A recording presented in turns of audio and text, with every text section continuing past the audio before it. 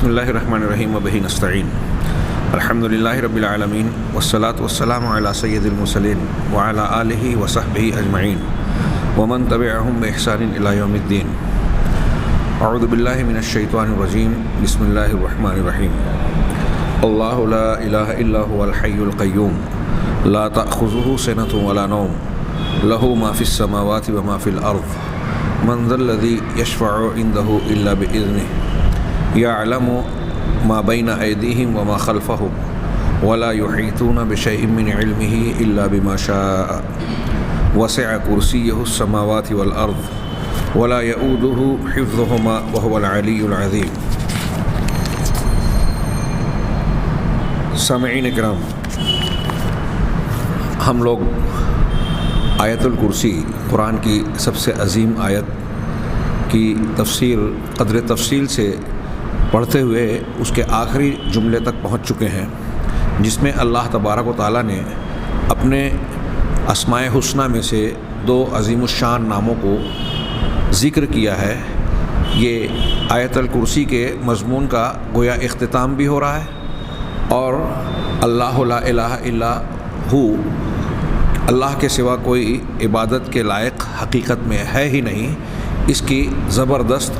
اور شاندار دلیل اپنے نقطۂ عروج کو پہنچی۔ آئیے آج ہم العلی اللہ تبارک و تعالیٰ کے اسم کریم پر گفتگو کریں گے،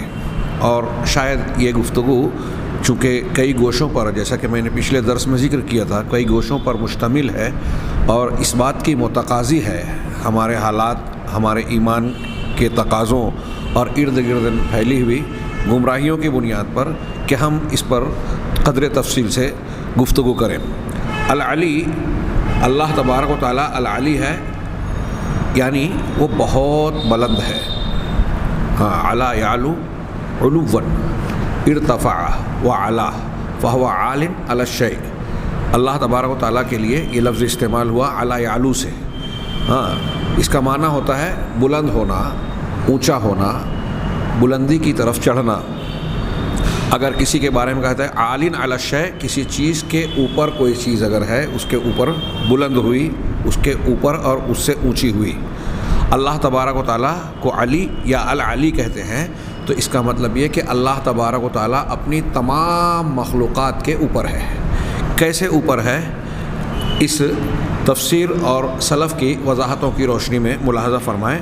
شیخ سعدی کہتے ہیں کہ اپنی ذات کے ساتھ اللہ عرش کے اوپر مستوی ہے۔ مستوی یعنی قائم ہے، بلند ہے۔ تو اللہ اپنی ذات کے ساتھ اوپر ہے، اس کی ذات اونچائی پر ہے، ساری مخلوقات کے اوپر ہے، اس کے اوپر کوئی چیز نہیں، یعنی اس کی ذات پاک سب سے اوپر ہے، وہ بلند ہے۔ العلی اس معنی میں بھی ہے کہ مخلوقات پر اپنا پورا کا پورا غلبہ اور تسلط رکھتا ہے۔ ایک بلندی یہ کہ اللہ بذات تمام مخلوقات کے اوپر ہے۔ دوسرا غلبہ یہ، دوسری بلندی یا علو یہ کہ اللہ تبارک و تعالیٰ کا غلبہ اور تسلط پوری کائنات پر قائم ہے، یعنی ہر چیز پر اس کا حکم نافذ ہوتا ہے، ہر ایک پر، ہر چیز کائنات کی اس کے تابع اور اس کے ماتحت ہے۔ اسی طریقے سے تیسری ایک بلندی کی شکل یہ ہوتی ہے کہ اللہ تبارک و تعالیٰ بلند ہے قدر و منزلت میں بھی،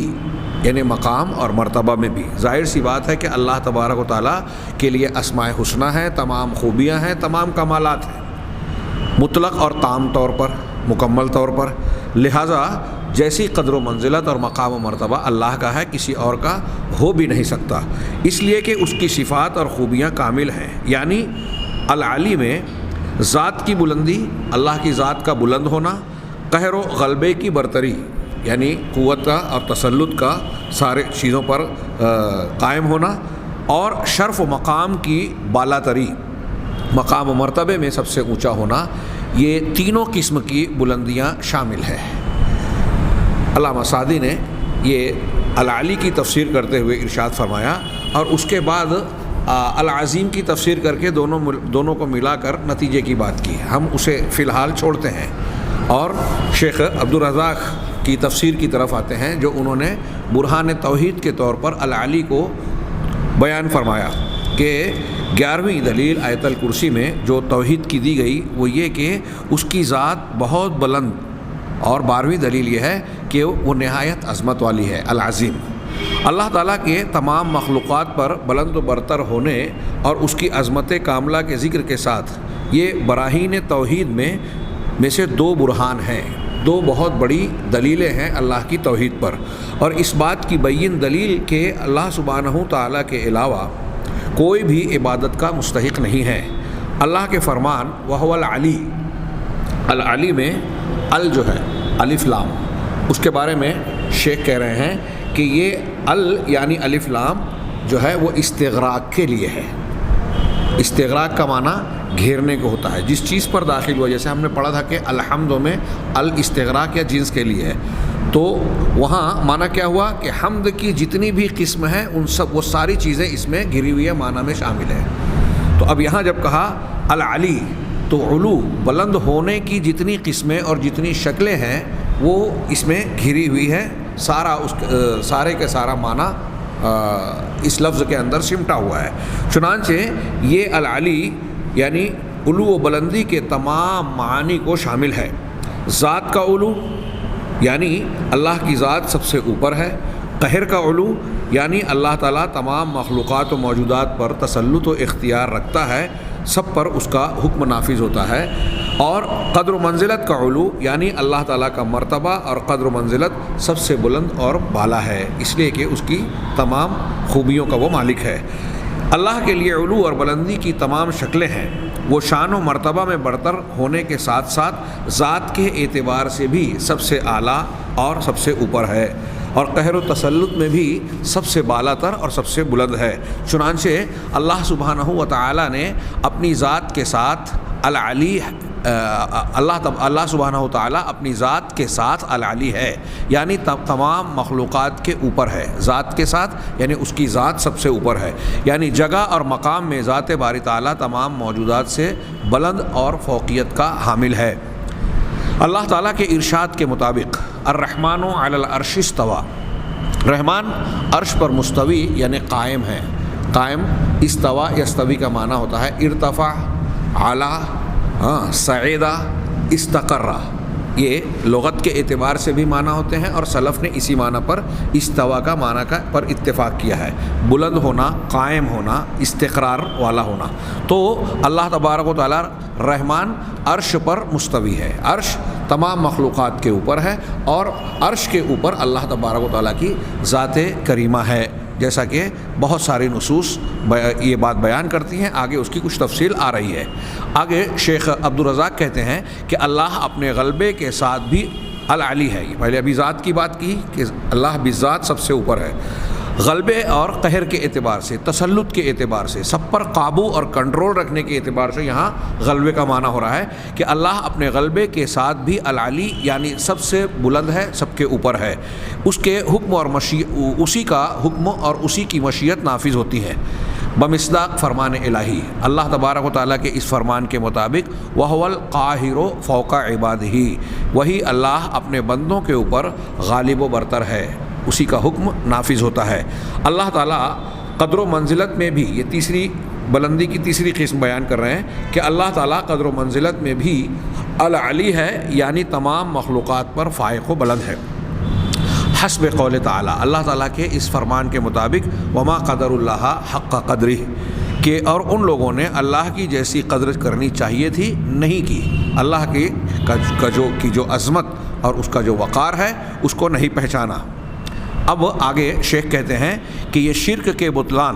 شرک کو رد کرنے، باطل قرار دینے اور توحید کے اس بات کی من جملہ ایک عظیم دلیل ہے۔ اسی بنا پر اللہ تعالیٰ نے ایک دوسری آیت میں ارشاد فرمایا ذالک بأن اللہ هو الحق وأن ما يدعون من دونه هو الباطل وأن اللہ هو العلی الکبیر، یہ سب اس لیے ہے کہ اللہ ہی حق ہے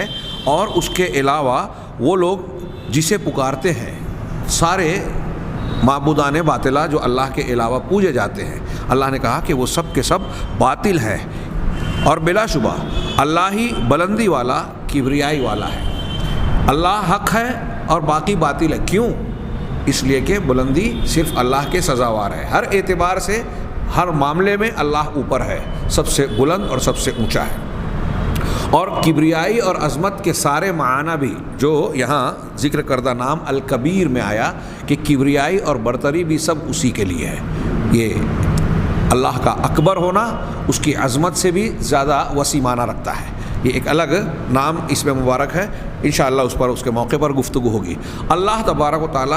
حق ہے، باقی باطل ہے۔ اس کی ایک دلیل کے طور پر اس آیت میں اللہ نے ذکر کیا کہ وہ العلی ہے اور الکبیر ہے، اس لیے اللہ ہی اس لائق ہے کہ اس کو برحق مان کر اس کی عبادت کی جائے۔ باقی جن لوگوں کی عبادت کی جاتی ہے ان کی عبادت کسی بنیاد پر نہیں ہے، استحقاق پر نہیں ہے، یہ باطل طریقے پر اس کو اختیار کر لیا گیا ہے۔ یہ شیخ عبدالرزاق صاحب نے بطور تفسیر یہ دو اقوال یا دو تفسیر میں نے نقل کی بطور نمونے کے۔ انشاءاللہ آئندہ اور بھی باتیں آئے گی۔ یہاں پھر سے ہم دہرائیں کہ اللہ تبارک و تعالیٰ کا نام جو العلی ہے وہ لفظ علو سے بنا ہے، عین لام واو، بعض لوگوں نے علیہ بھی پڑھا ہے۔ لغوی اعتبار سے اس کے معنی میں یہی کہا گیا ہے کہ علی یعلو معنی اذا ارتفع، اور العلی کا معنی ہوتا ہے ذو العلو والارتفاع علی خلقہ، کہ وہ ذات جو مخلوق کے اوپر علو اور بلندی والی ہے، جو مخلوق سے اونچائی پر ہے، سب سے اونچی ہے ہر اعتبار سے۔ اب یہ میں نے لغت کا مختصر سا معنی بیان کیا، اس کے بعد اصطلاحی طور پر ہم تھوڑی سی العلو اللہ کی جو صفت ہے، العلی نام میں جو صفت موجود ہے، اس صفت اور اس نام سے متعلق عقیدے کے نقطۂ نظر سے عقیدے سے متعلق کچھ مسائل پر روشنی جو ہے ہم نگاہ ڈالیں گے۔ اور سب سے پہلی بات یہ کہ علو کی ہم تعریف پڑھیں شرعی اعتبار سے۔ جب ہم اللہ تبارک و تعالیٰ کے لیے یا شریعت میں قرآن و حدیث میں علو کی صفت کا ذکر کرتے ہیں، العلی کے نام کا ذکر کرتے ہیں، تو اس کا معنی کیا ہوتا ہے؟ اس کا انہوں نے تذکرہ کیا صاحب موسوعہ نے کہ العلو صفت ذاتیۃ ثابتۃ للہ تعالی للہ عز وجل بالکتاب والسنۃ والاجماع، کہ علو اللہ تبارک و تعالیٰ کی ذاتی صفت ہے، صفت ذات ہے، اللہ کی ذات سے جڑی ہوئی صفت ہے۔ ہاں، ثابتۃ للہ، اللہ عز وجل کے لیے ثابت شدہ ہے۔ کیسے ثابت ہے؟ کتاب کے ذریعے یعنی قرآن کی دلیلوں سے، والسنہ حدیث کی دلیلوں سے، والاجماع اور تمام صحابہ اور اہل سنت والجماعت کے اجماع کے ذریعے سے، یعنی اجماع کی بھی دلیل اس بات پر ثابت ہے کہ اللہ تبارک و تعالیٰ کے لیے صفت علو جو اس کی ذاتی صفت ہے وہ ثابت شدہ ہے قرآن، حدیث اور اجماع کے ذریعے سے۔ فاللہ عز وجل لہ العلو المطلق من جمیع الوجوہ، چنانچہ علو کا شرعی معنی بتا رہے ہیں، عقیدے میں ہم اس کو بطور عقیدہ اختیار کرنا جو ہمارے لیے لازم ہے کہ اللہ تبارک و تعالیٰ کے لیے تمام ہر اعتبار سے مطلقاً بغیر کسی استثناء اور قید کے، ہاں ہر اعتبار سے اللہ تبارک و تعالیٰ کے لیے بلندی ہے، علو ہے۔ علو ذات کا بلند ہونا، علو قدر و منزلت کا بلند ہونا، ہاں قدر و منزلت اور صفات بھی اس سے جوڑ لیجئے کہ قدر اور صفات کے اعتبار سے، علو قہر اور غلبے کے اعتبار سے، تسلط کے اعتبار سے اس کا بلند ہونا۔ یہ تین اعتبار بلند ہونے کے ذکر کیے جو ابھی کئی مرتبہ ذکر کیا گیا اور آگے بھی ہونا ہے۔ چنانچہ اللہ وہ ذات ہے جو عرش پر مستوی ہے، قائم ہے، اور ساری دنیا کی، ساری کائنات کی سلطنت کو گھیرے ہوئے ہے، اس پر اس کا کنٹرول ہے، اختیار ہے، اور تمام عظمت، کبریائی، جلال و جمال کی صفات سے انتہا درجے اور کمال درجے تک متصف ہے۔ ان خوبیوں میں انتہا درجے کا جو معاملہ ہو سکتا ہے وہ اللہ ہی کی طرف لوٹتا ہے۔ یہ عبارت میں جو باتیں کہی گئی ہیں یہ بہت سارے علماء نے اپنے اپنی عبارتوں کے اعتبار سے، الفاظ کے اعتبار سے بیان کیے۔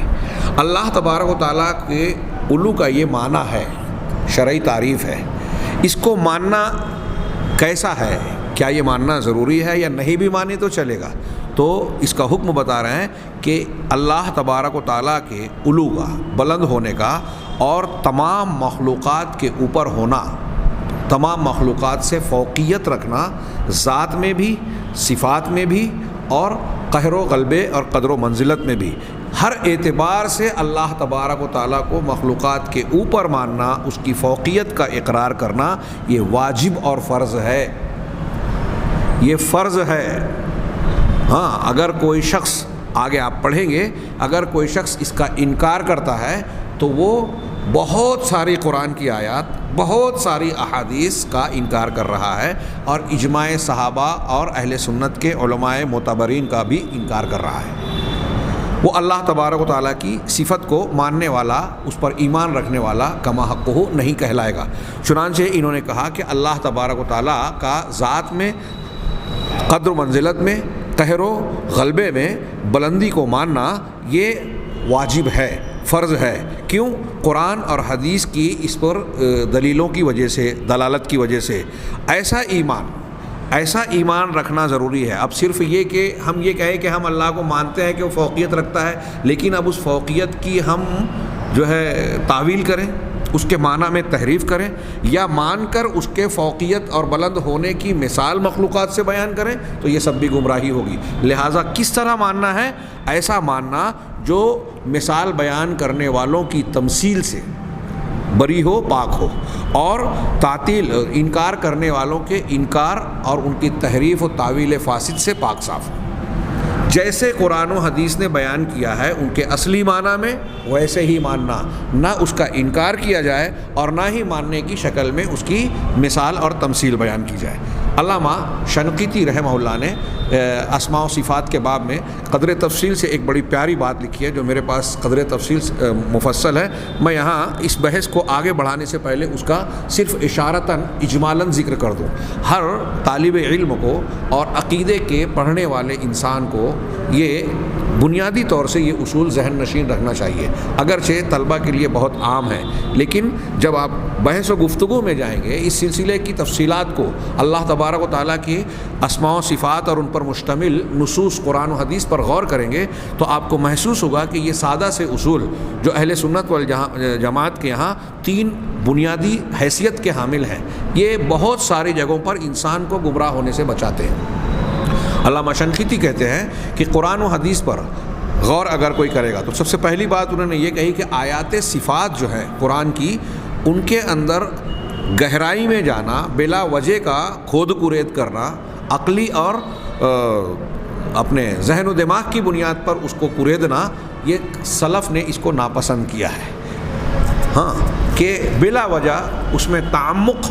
اور کھود کرید اختیار نہ کیا جائے، اتنے ہی پر بس کیا جائے جتنا قرآن و حدیث نے بیان کیا۔ فلسفہ اور منطق یا عقلانیت جو کسی دور کی سائنس تھی، آج کے دور کی سائنس کی بنیاد پر ہم غیبیات کو ناپنے کی کوشش کریں گے، اپنے ذہن و دماغ کے پیمانے پر، ترازو پر اس کو رکھنے کے، اس کا وزن کرنے کی کوشش کریں گے، تو بقول علامہ ابن خلدون رحمہ اللہ ایسا معاملہ یہ کہلائے گا جیسے کوئی شخص پہاڑ کو سونا تولنے کے ترازو پر پہاڑ کو تولنے کی کوشش کرے۔ جس ترازو پر تولا ماشا دیکھا جاتا ہے، اس پر کیا آپ پہاڑ رکھ کے دیکھ سکتے ہیں؟ بلکہ وہ ترازو بذات خود اس پہاڑ کے کسی گوشے میں گم ہو جائے گا۔ تو ہماری عقل اور شعور، ہمارا دائرہ علم اور فہم ایک سونے کے ترازو کے جیسا چھوٹا سا ہے، اور اللہ تبارک و تعالیٰ کی ذات، اس کی صفات اور اس کے متعلقہ غیبیات یہ پہاڑ سے بھی بڑی ہے۔ ظاہر سی بات ہے کہ ہمارے اس چھوٹے سے ترازو میں، عقلی پیمانے پر، وہ پہاڑ کو ہم تول نہیں سکتے۔ اس کے لیے ہمیں رجوع کرنا پڑے گا اللہ تبارک و تعالیٰ کی وحی کی طرف۔ غیبیات کا معاملہ یہی ہوتا ہے کہ جہاں انسان کا شعور، اس کی عقل جواب دے دیتی ہے، جن چیزوں کو ہماری عقل، ہمارے تجربات، مشاہدات معلوم نہیں کر سکتے، وہاں غیبیات کی وہ باتیں اللہ تبارک و تعالیٰ کی وحی بتاتی ہے، اس کے پیغمبر اور اس کی کتاب کے ذریعے سے۔ تو غیبیات کو جاننے کا بنیادی طور سے یہی 2 پیمانہ اور اصول اور راستہ ہے، اللہ کی کتاب اور اس کے رسول صلی اللہ علیہ وسلم کا فرمان۔ شیخ شنقیطی رحمہ اللہ نے کہا، اور دوسرے علماء بھی یہ بات بیان کرتے ہیں، عقیدے کے علماء، مفسرین، اہل سنت والجماعت کے تمام لوگ متفق ہیں اس بات پر۔ اور شیخ ابو مظفر السمعانی کا ایک قول یہاں مجھے اور یاد آ گیا جو اس بحث سے متعلق ہے، کہ اہل سنت والجماعت کے حق ہونے کی ایک بہت بڑی دلیل ہے، اسے اچھی طرح دماغ میں بسا کے رکھنا چاہیے۔ اہل سنت والجماعت کے حق ہونے کی ایک بہت بڑی دلیل ہے کہ کہ صحابہ کرام سے لے کر آج تک، جس وقت تو وہ کہہ رہے تھے، میں اس کو آج تک بھی کہہ لوں، آج تک اور دنیا کے کسی بھی خطے اور حصے کا کوئی بھی عالم ہو اہل سنت والجماعت کا، آپ اس کے عقیدے کی کتابیں پڑھیے تو آپ کو ایسا لگے گا کہ سب کے سب ایک ہی راستے کے راہی ہیں، سب کا منہج ایک ہی ہے، ایک ہی اصول اور ایک ہی ضابطے پر، الفاظ میں فرق ہے لیکن باتیں سب کی آپ کو یکساں ملے گی۔ کچھ لوگ کہتے ہیں نا کہ اسلام میں بھی بہت اختلاف ہے، ہاں، یہ استنباطی اجتہادی مسائل کے اختلافات ہو سکتے ہیں۔ آپ بنیادوں میں جائیں گے عقیدے اور منہج کے سلسلے میں تو آپ کو یہاں کے اختلاف بہت کم ملیں گے اور وہ جزوی قسم کے ملیں گے۔ بنیادوں میں کہیں آپ کو اختلاف نہیں ملے گا۔ صحابہ کرام کا عقیدے میں اختلاف نہیں تھا، منہج میں اختلاف نہیں تھا، صحابہ سے لے کے آج تک، بقول جیسا کہ میں نے کہا شیخ ابو مظفر سمعانی رحمہ اللہ، وہ فرماتے ہیں کہ دنیا کے کسی بھی خطے کے عالم کا، آپ افریقہ کے ملک کا دیکھیں، عرب کے ملک کا دیکھیں، ہندوستان کے یا کسی اور علاقے کے ملک کے پرانے عالم کو دیکھیں، موجودہ دور کے عالم کو دیکھیں، عقیدے میں آپ ان کے تضاد نہیں پائیں گے، سب کا عقیدہ ایک جیسا۔ بہرحال علامہ شنقیطی کا قول میں نقل کر رہا تھا کہ اہل سنت والجماعت کے یہاں عقیدے کی آیات یا صفات، اللہ تبارک و تعالیٰ کی صفات کی آیات یا صفات کے متعلق فہم اور عقیدہ اختیار کرنے کی 3 بنیادیں ہیں۔ ہاں، انہوں نے قدر تفصیل سے بیان کی، میں بہت ایک ایک جملے میں اسے بیان کروں۔ پہلی بنیاد کہا کہ جو اسے پورا اختیار کرے گا وہ حق پر ہوگا،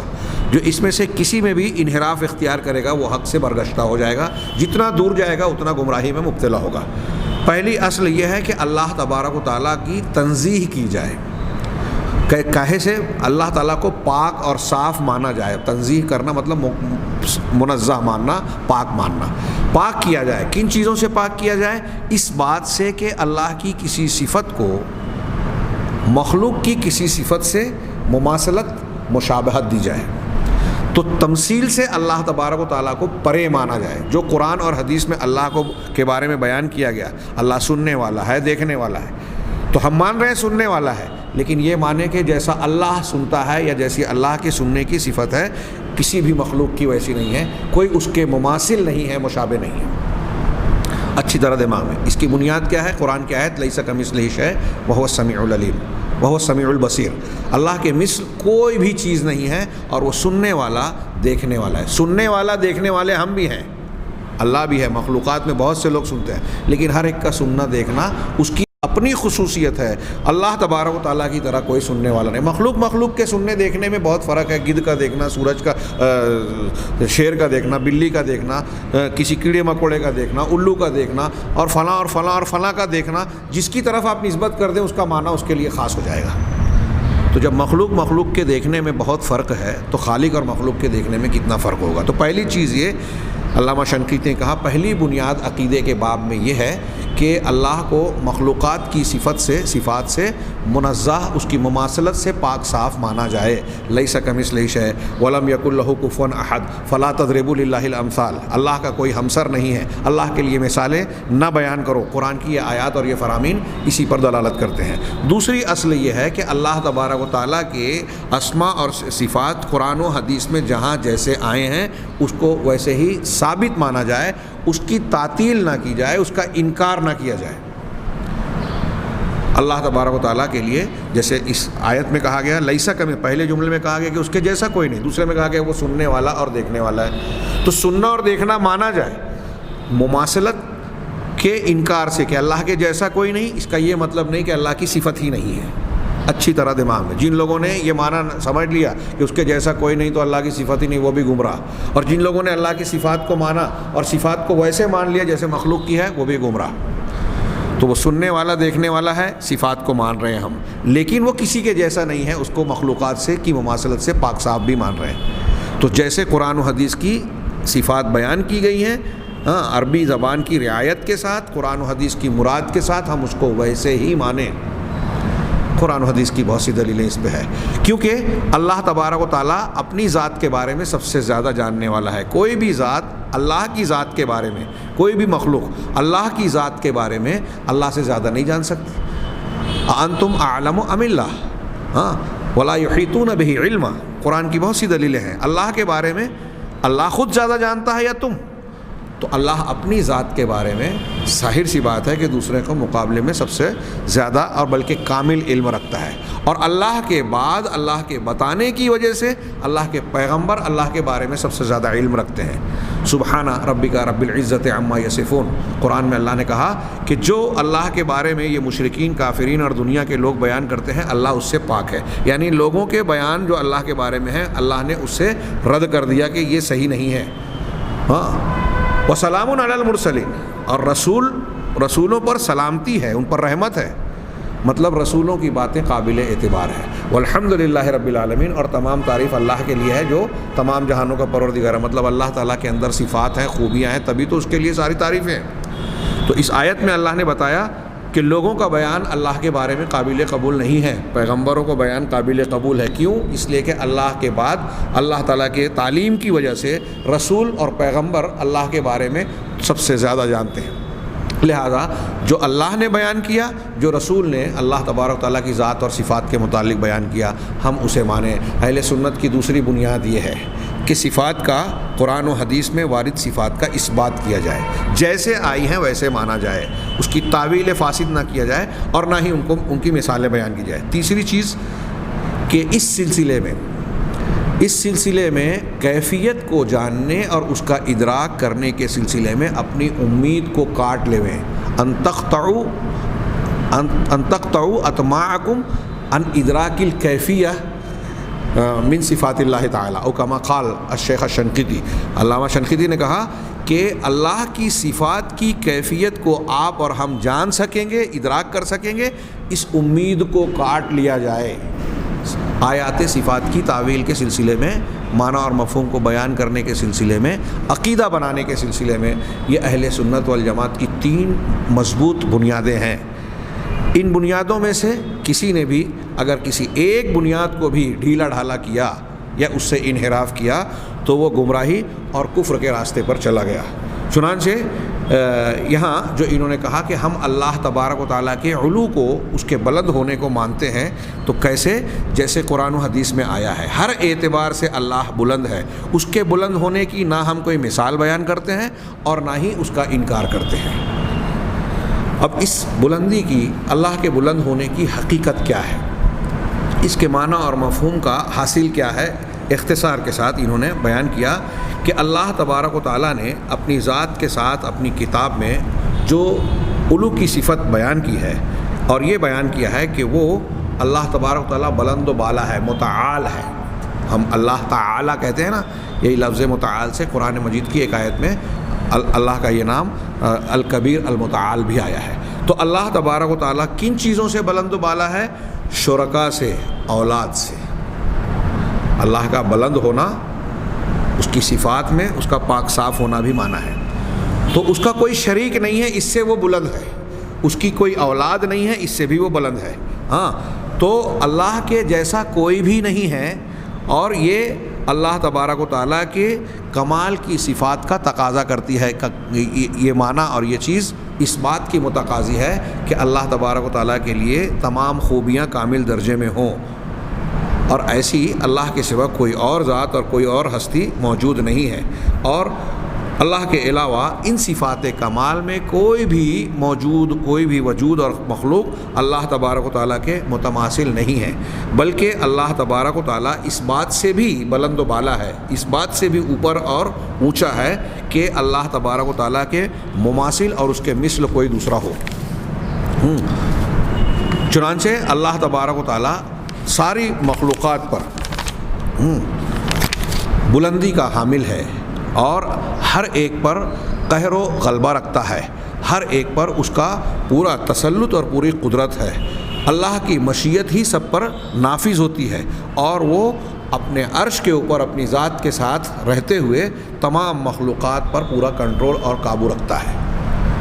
یہ اللہ تبارک و تعالیٰ کے علو کی حقیقت اور اس کے معنی اور مفہوم کی تھوڑی سی وضاحت ہو رہی ہے۔ چنانچہ علو کے جتنے بھی معانی ہیں وہ سب کے سب ہر اعتبار سے اللہ کے لیے ثابت ہیں۔ پہلا معنی ذات کا بلند ہونا،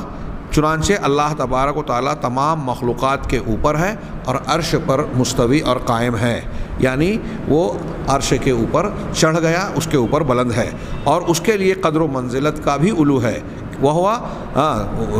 یہ قدر و منزلت کے علو کا مطلب کیا ہے، اس کی وضاحت کر رہے ہیں کہ اللہ کی صفات اور اس کی عظمت کا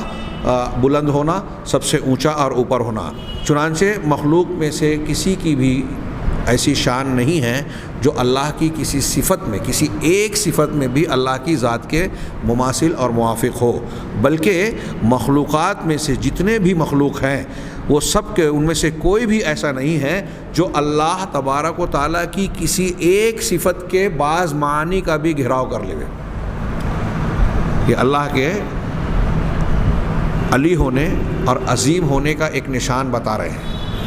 تمام اللہ کی تمام صفات تو درکنار، اللہ تبارک و تعالیٰ کی صفات میں سے کوئی ایک صفت اور ایک نام کا جو معنی اور مطلب ہوتا ہے، جو ساری مخلوق میں سے کوئی ایسا نہیں ہے، ساری مخلوقات ایسے نہیں ہیں کہ اس کے معنی کا کچھ حصے کا احاطہ اور گھراؤ کر لیں، پورے معنی کو سمجھ لینا اور اس کا گھراؤ کر لینا، یہ تو انسان کے لیے یا کسی بھی مخلوق کے لیے بہت دور کی بات ہے۔ اس کے بعض معنی کا بھی پورے طریقے سے ادراک نہیں کر پاتے، جو کچھ جانتے ہیں وہ بہت کم پرسنٹیج ہے اس کے اصل معنی کا۔ اسی طریقے سے اللہ تبارک و تعالیٰ کے لیے علو قہر ہے، علو قہر غلبے اور تسلط کی برتری، غلبے اور تسلط میں سب کے اوپر ہونا، اس لیے کہ اللہ تبارک و تعالیٰ واحد قہار ہے، جو کہ اپنی عزت، اپنے غلبے اور اپنے تسلط کے ذریعے سے تمام مخلوقات پر قابض ہے، سب پر اس کا کنٹرول اور قابو ہے۔ سارے لوگوں کی، ساری مخلوقات کی پیشانیاں اللہ کے ہاتھ میں ہیں، جو اللہ چاہتا ہے وہ ہوتا ہے۔ کوئی بھی رکاوٹ ڈالنے والا کوئی شخص اس کے لیے، اس کے کسی کام میں، اس کے مشیت اور حکم کے نافذ ہونے میں رکاوٹ نہیں ڈال سکتا، اور جو اللہ تبارک و تعالیٰ نے نہیں چاہا وہ نہیں ہوا، جو نہیں چاہتا وہ نہیں ہو سکتا۔ چاہے کہ اگر اللہ تبارک و تعالیٰ، اگر ساری مخلوق اکٹھا ہو کر یہ چاہے کہ کسی چیز کو وجود بخش دیں جس کو اللہ تبارک و تعالیٰ نے نہیں چاہا، تو ساری مخلوق مل کر بھی اس پر قدرت نہیں رکھتی کہ اس کو وجود دے دیں۔ اور اگر سارے لوگ اس بات پر متفق ہو جائیں کہ کسی چیز کو، جس کو اللہ تعالیٰ وجود دینا چاہتا ہے، اللہ تعالیٰ جس کام کو کرنا چاہتا ہے، ساری کائنات کی ساری قوتیں اکٹھا ہو کر یہ چاہیں کہ اللہ کے اس کام کو، اس مشیت کو روک دیں، تو یہ ان کے لیے ممکن نہیں ہے، ان کے بس کی بات نہیں ہے، وہ روک نہیں سکتے اللہ تبارک و تعالیٰ کو۔ کیوں؟ اس لیے کہ اللہ تبارک و تعالیٰ کا اقتدار اور اس کا تسلط بالکل کامل ہے، اس کی مشیت کے نفاذ میں کوئی رکاوٹ اور کوئی ممانعت کسی کے بس میں ہی نہیں ہے کہ پیدا کر دے۔ چنانچہ اللہ تبارک و تعالیٰ کی ساری مخلوقات ہر اعتبار سے اس کے سامنے جو ہے محتاج ہیں اور اس کے احکامات کی پابند ہیں، سب کے سب اس کے تابع دار ہیں۔ یہ علو کے معنی کی کچھ باتیں ہوئی۔ اب اللہ تبارک و تعالیٰ کے لیے ہم نے علو کی یہ اقسام اور چیزیں جو پڑھیں، اس کی کیا دلیلیں ہیں؟ یہاں میں تھوڑا سا تذکرہ کر دوں کہ اس ضمن میں اہل سنت والجماعت کے طریقے سے جن لوگوں نے انحراف کیا، وہ اللہ تبارک و تعالیٰ کے یا تو بعض لوگ کلی طور پر علو کی صفت کا انکار یا تعویل کرتے ہیں، تحریف کرتے ہیں، بعض لوگ علو کو مانتے ہیں تو اس میں کچھ تعویل فاسد سے کام لیتے ہیں، اور خاص طور سے جو اللہ تعالیٰ کا علو یا بلند ہونا محل نزاع ہے، اختلاف اور جھگڑے کا مرکز ہے اہل سنت اور اہل بدعت کے درمیان، گمراہ فرقوں کے درمیان، وہ علو ذات ہے۔ اللہ تبارک و تعالیٰ اپنی ذات کے اعتبار سے اوپر ہے یا نہیں، اس بات پر اہل بدعت کے ہاں بڑے کلام، فلسفہ اور منطق کے ماننے والوں نے اس پر بڑے گھماؤ پھراؤ ایچ پیچ سے گفتگو کی ہے، اور اس میں بعض عقلی دلیلیں اس طرح دینے کی کوشش کی ہے کہ اگر ایک عام سادہ مسلمان جو ان بحثوں سے، ان فلسفے اور منطق کی باتوں سے، ان کے انحرافات سے واقف نہیں ہے، اگر وہ سنے تو کئی مرتبہ وہ دھوکہ کھا جائے اور ان کی گمراہی کو اختیار کر لے۔ اور ہمارے یہاں بھی ایک طبقہ تصوف کے نام پر، عقلانیت کے نام پر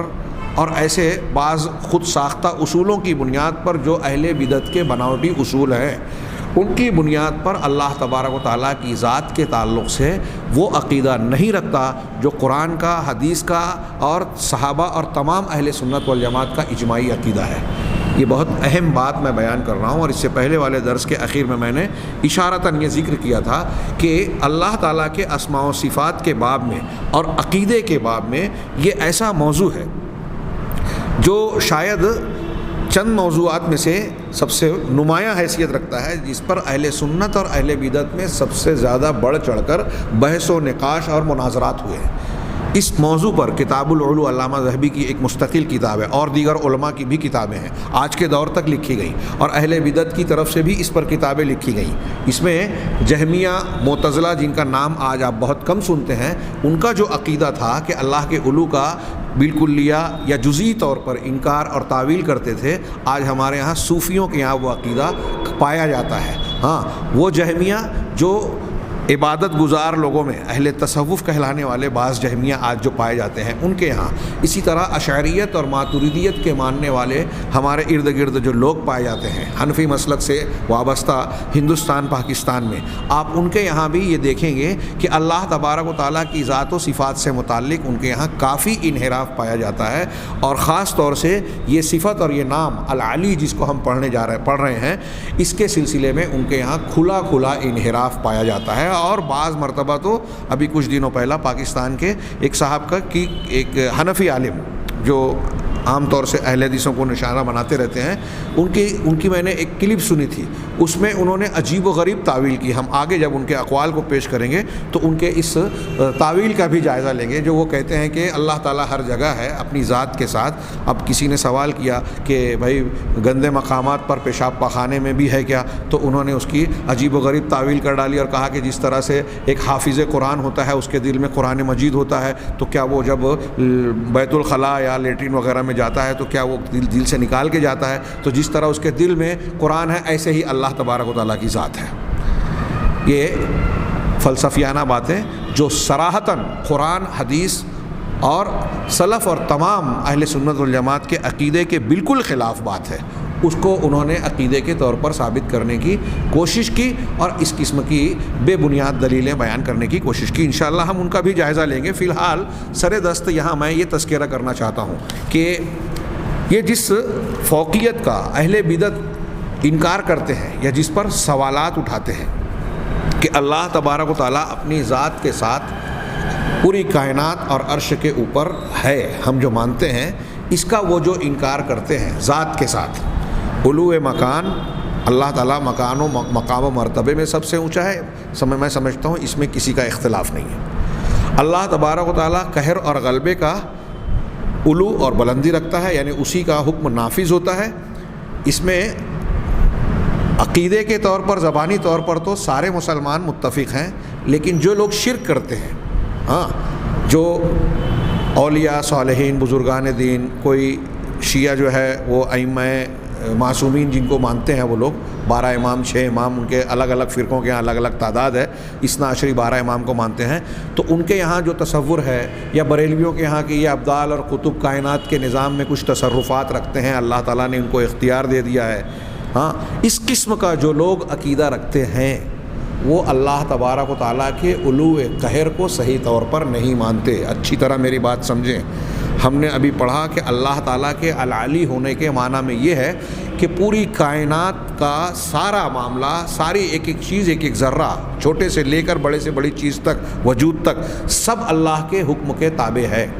اللہ تعالیٰ ایک فیصلہ کرتا ہے اور کوئی کام کرنا چاہتا ہے تو پوری کائنات کی طاقت مل کر اسے روک نہیں سکتی۔ اللہ تعالیٰ ایک کام نہیں کرنا چاہتا تو پوری کائنات کی طاقتیں مل کر اس کام کو کر نہیں سکتی۔ یہ ہمارے عقیدے کا حصہ ہے، اور یہ علو قہر کے معنی میں داخل ہے کہ اللہ تعالیٰ قہر و تسلط کا علو اور برتری رکھتا ہے، جو وہ چاہتا ہے وہی ہوگا، جو اس کا حکم ہے وہی نافذ ہوگا۔ یہ بات ہم مانتے ہیں، لیکن ایک مشرک یہ کہہ رہا ہے کہ اللہ تبارک و تعالیٰ کسی کو اولاد دینا نہیں چاہتا، لیکن ایک بابا کے پاس گیا، وہ خود سے یا اللہ تبارک و تعالیٰ سے ضد کر کے، چاہے جیسے وہ عقیدہ رکھتا ہو، وہ دلوا دے گا۔ مطلب یہ مان رہا ہے کہ اللہ دینا نہیں چاہتا تھا، جب وسیلہ لگایا یا کسی بابا نے کہا یا کسی بابا نے چاہا، جس کو اللہ تعالیٰ نے کچھ اختیارات دے دیا اس کے عقیدے کے مطابق، مشرکانہ عقیدے کے، تو اس نے دے دیا یا اس کو اولاد مل گئی. اللہ نہیں چاہتا تھا اولاد دینا اور یہ بابا نے چاہا یا ان کے مزار پہ گیا تو اس کو اولاد مل گئی. ایسا عقیدہ رکھ رہا ہے وہ. تو کیا وہ اللہ کے لیے علو قہر مان رہا ہے؟ اللہ تعالیٰ کو فعال لما یرید مان رہا ہے؟ نہیں مانتا. زبان سے وہ کہہ رہا ہے, کتاب میں چاہے لکھ رہا ہے, لیکن یہ جو عمل کر رہا ہے اس کی کوئی بھی تعویل کرے کہ میں بابا کے پاس اس لیے گیا, ان کو وسیلہ اور واسطہ مانتا ہوں, ان کو ایسا مانتا ہوں, ان کو اگر وہاں جانے سے آپ یہ مان رہے ہیں کہ آپ کو اولاد ملی جو پہلے نہیں مل رہی تھی, تو آپ یہ کہہ رہے ہیں کہ اللہ آپ کو اولاد نہیں دینا چاہتا تھا, ان کے ذریعے سے دی. تو اللہ جو چاہتا وہ کرنے والا کہاں ہوا آپ کے عقیدے میں؟ علو قہر والا, علو تسلط والا معاملہ آپ کا بگڑا ہوا ہے جو لوگ ایسا مانتے ہیں. اسی طریقے سے اگر اس طریقے سے آپ غور کریں تو بعض لوگ جو اپنے بزرگوں اور اپنے خود ساختہ معبودوں کو اللہ تبارک و تعالیٰ کی طرح یا اس سے بڑھ کر محبت کے لائق مانتے ہیں, ہم دیکھتے ہیں کئی لوگوں کو. حضرت ابن عباس رضی اللہ عنہ کہتے ہیں کہ یہ ان کا قرآن نے تذکرہ کیا ہے کہ یہ لوگوں ان کے سامنے اگر غیر اللہ کا ذکر کیا جاتا ہے تو ان کے دل لرز جاتے ہیں, اللہ کے ذکر پر ان کو فرق نہیں پڑتا. ہاں, ہم اس کو یوں بھی دیکھ سکتے ہیں آج کے لوگوں کے رویے میں کہ اللہ کے نام پہ دینا ہے تو اونچی چیزیں نہیں دیتے, لیکن بابا کے نام پہ دینا ہے تو بہتر سے بہتر چیزیں دیتے ہیں. ہمارے بعض علماء یہ سوال اٹھاتے رہتے ہیں لوگوں نے وعظ اور تقریر میں کہ آپ نے کبھی یہ نہیں دیکھا ہوگا کہ کسی مزار پر چڑھائی جانے والی چادر وہ پرانی ہو, اپنی استعمال کی ہوئی چادر کو وہاں چڑھایا ہو, کبھی دیکھا ہے آپ نے؟ لیکن اللہ کے نام پہ جو چادر یا کپڑے بانٹتے ہیں لوگ وہ زیادہ تر پرانے یا استعمال شدہ ہوتے ہیں. ہمارے یہاں یہ مزاج ہے. تو آپ بابا کے لیے پرانی چیز دینا ان کی شان میں گستاخی یا ان کی عزت میں کمی کا تصور رکھتے ہیں اس معاملے میں. لیکن اللہ کے راستے میں جو دے رہے ہیں, اللہ کے لیے جو دے رہے ہیں, وہاں ہلکی پھلکی اور گھٹیا چیز دے رہے ہیں. تو آپ کے دل میں علو مکان بھی صحیح نہیں ہے اگر اس قسم کا رویہ ہے. تو اللہ تعالیٰ کا مقام و مرتبہ آپ کے نزدیک, آپ کے ذہن و دماغ میں بابا اور غیر اللہ سے کمتر ہے, نعوذ باللہ. اسی طرح وہ لوگ یہ عقیدتاً نہیں مان رہے ہیں لیکن عملاً ایسا کر رہے ہیں, وہ لوگ جو اللہ تبارک و تعالیٰ کو اللہ تو مان رہے ہیں, رسول کو رسول تو مان رہے ہیں, لیکن دین اور شریعت کے معاملے میں کہتے ہیں کہ ہمارے باپ دادا نے جو کیا ہم تو وہ مانیں گے, ہمارے امام صاحب نے جو کہا ہم تو وہ مانیں گے. ہاں, اگر ایک شخص کو یہ بتایا جائے کہ اللہ کا یہ فرمان ہے اور فلاں امام جن کی تقلید کر رہے ہیں ان کا یہ قول ہے جو اللہ یا رسول کی بات کے خلاف ہے, اب اگر وہ رد عمل میں یہ کہتا ہے کہ نہیں میں تو فلاں امام کا مقلد ہوں, اسی کو مانوں گا, میں فلاں پیر صاحب کے ہاتھ پر بیعت کیا ہوا ہوں, پیر صاحب نے جو مجھے بتایا ہے حال وہ میں اختیار کر رہا ہوں, اس کے برخلاف اگر قال ہے یعنی قرآن اور حدیث ہے, قرآن حدیث کہہ رہے ہیں اور میرے پیر صاحب حال بتا رہے ہیں, حالت اور عمل بتا رہے ہیں, تو ان کے یہاں یہ کہتے ہیں کہ قال چھوڑو حال پکڑو.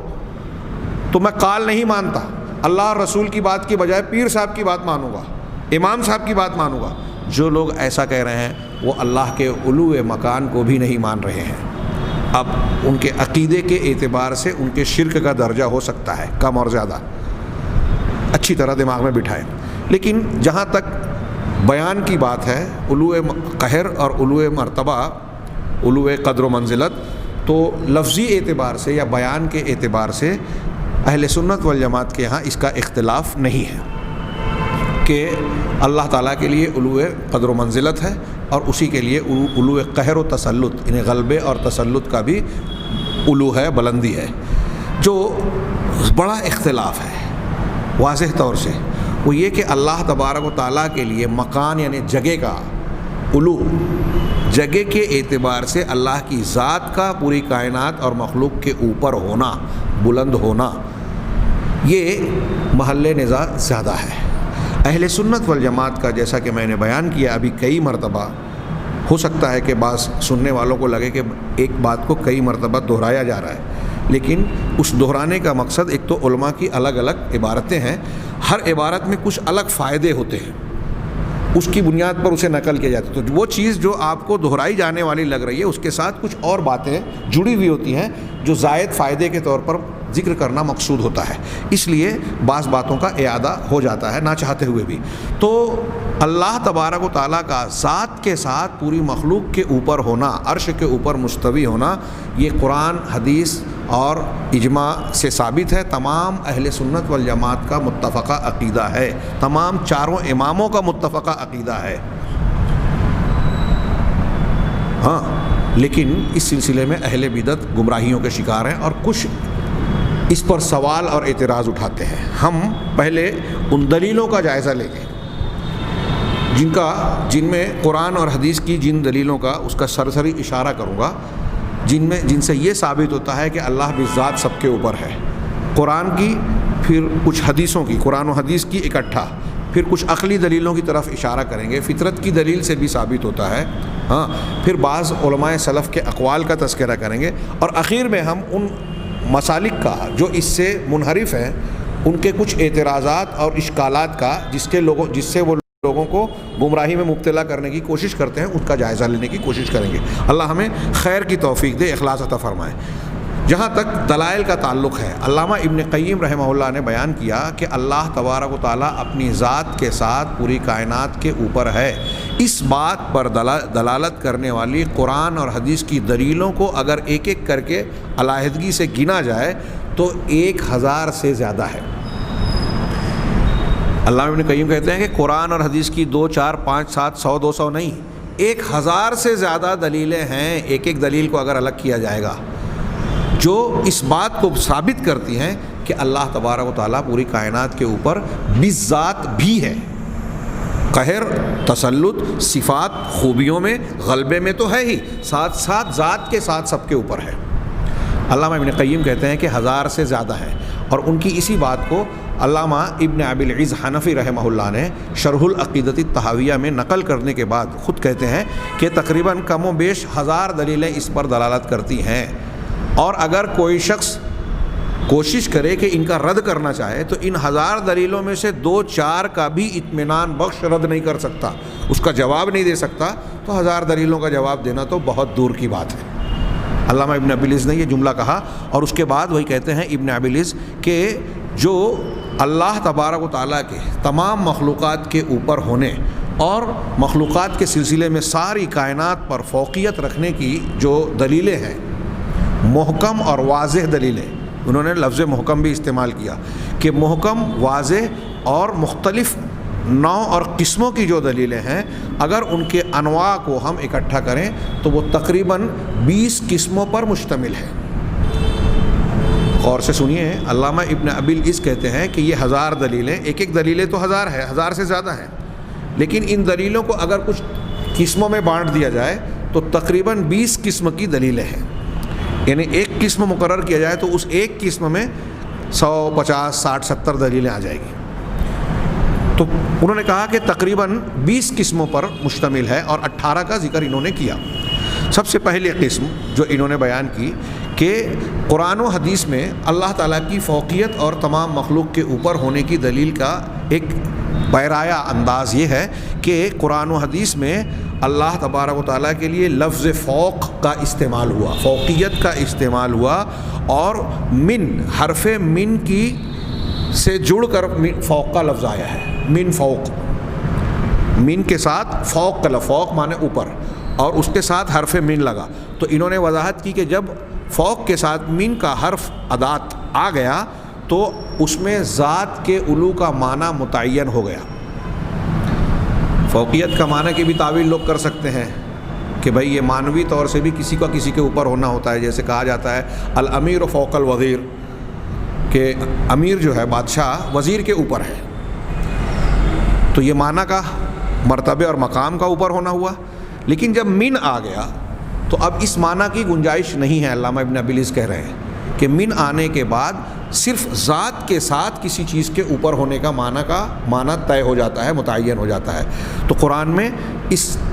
تعبیر کے ساتھ کئی مقامات پر اللہ تبارک و تعالیٰ، قرآن و حدیث میں اللہ تبارک و تعالیٰ کے لیے اس بات فوقیت ہے۔ چنانچہ انہوں نے مثال دی، جیسے اللہ تبارک و تعالیٰ کا ارشاد فرشتوں کے بارے میں اللہ نے کہا یخافون ربہم من فوقہم، کہ یہ فرشتے اپنے پروردگار سے ڈرتے ہیں اپنے اوپر سے۔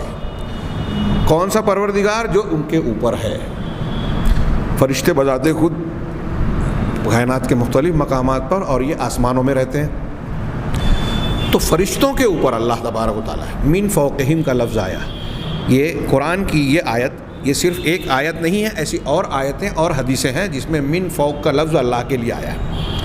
یہ دلیل کی ایک نوع ہوئی اللہ کے اوپر ہونے کو ثابت کرنے والی. اس میں اگر عربی قاعدے سے بھی دیکھا جائے، لفظی اعتبار سے، لغوی قاعدے کے اعتبار سے، تو اس کے اعتبار سے بھی یہی ثابت ہوتا ہے کہ اللہ کی ذات کائنات میں ساری مخلوقات کے اوپر ہے. دوسری قسم دلیل کی جو ہے کہ یہ لفظ فوق بغیر من کے بھی آیا قرآن و حدیث میں کئی جگہ پر، جیسے وَهُوَ الْقَاهِرُ فَوْقَ عِبَادِهِ، کہ اللہ تبارک و تعالیٰ اپنے بندوں کے اوپر قہر اور تسلط رکھنے والا ہے. اب یہاں اگرچہ ہم یہ معنی کریں گے کہ یہاں تو قہر اور تسلط کی فوقیت ظاہر ہو رہی ہے،